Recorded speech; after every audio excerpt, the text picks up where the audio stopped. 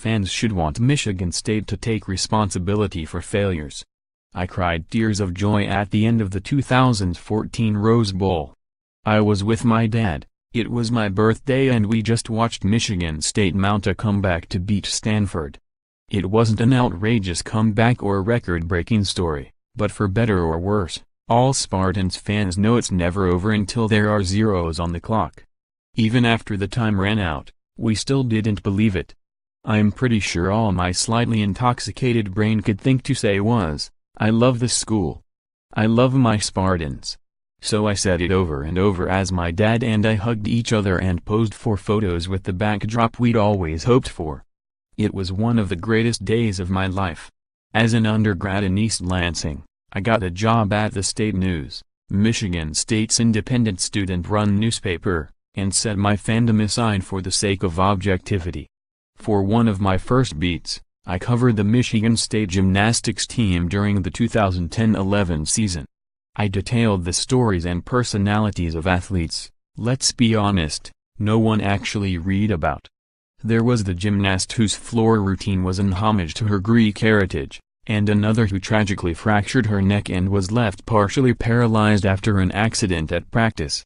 There was also the story of how five-time Olympic medalist Nastia Liukin attended an autism awareness meet in East Lansing as a favor to the team's physician, Dr. Larry Nassar.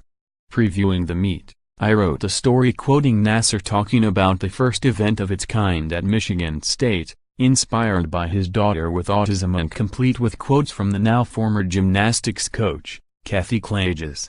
It didn't take me long to realize why his name sounded familiar when I heard about his firing in 2016. Dozens of MSU students demonstrate in support of sexual assault survivors throughout campus in January. Jake May, the Flint Journal MLive.com via app. There aren't enough adjectives to describe the rage, shame and guilt I feel when I think about how many survivors of Nassar's abuse there are and how many people at my beloved school allowed him to prey on women and girls for decades. These horrific crimes and what follows are about no one but the survivors. Through more than 150 victim impact statements at Nassar's sentencing hearings, they proved they are stronger than anyone could have imagined. But this abuse is part of their story because Michigan State, along with USA Gymnastics, wasn't strong enough to stop it. I've cheered for the Spartans all my life, and I could never count how many favorite memories involve Michigan State. But I'm finding it impossible to reconcile my love and loyalty for my school with my absolute hatred and disgust for what it's done. We know Larry is a monster, and learning from everything that has come out, I should never have met him. Olympian and survivor Michaela Maroney said earlier this month at the New York Society for the Prevention of Cruelty to Children charity luncheon, via USA Today Sports. USA Gymnastics, MSU and the USOC continued to look away, and, to protect their reputations. All they cared about is money and medals. It didn't seem they cared about anything else. I can't help but cry as a pit forms in my stomach whenever I think of these women. How violated, scared, helpless, voiceless or unnecessarily guilty they must have felt.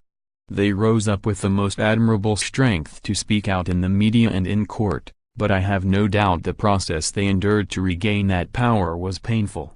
These women and their families are who I think about every time I see a Spartans jersey, come across an old photo, even from the Rose Bowl, or look at my closet abundantly filled with green and white. They're the first thought in my head when someone asks if I'm watching the game or where I went to school, which I'm now ashamed to tell them. Ali Raisman confronts Larry Nassar during her victim impact statement at his sentencing hearing in January. Matthew Dye Smith, Lansing State Journal, USA Today. To the best of my recollection, previewing the autism awareness meet was the only time I interviewed Nassar. He was a predator, and his abuse against women and girls was hidden in the shadows or doctors' offices and exam rooms. Yet, it was all right in front of me. I talked to these gymnasts multiple times a week throughout the season, and I, along with so many others, didn't know to look for it. I think about that, too, when I see green and white. You feel the disgust of what Larry Nassar did, said Jesse O'Brien, who covered the gymnastics team for the state news a year after I did. Solely from having been close to the team for a season and then finding out after the fact what these girls were going through, there's no doubt that it was happening to these girls that we were talking to. We were expected to report on what's happening at Michigan State and cover this team to the fullest extent, and it really upset me that all of this was going on underneath our noses, and we had no idea. There was so much lurking underneath the surface.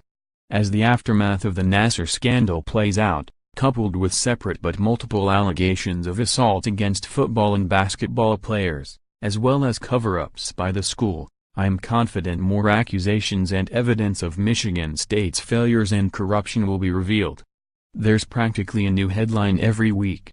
And that is not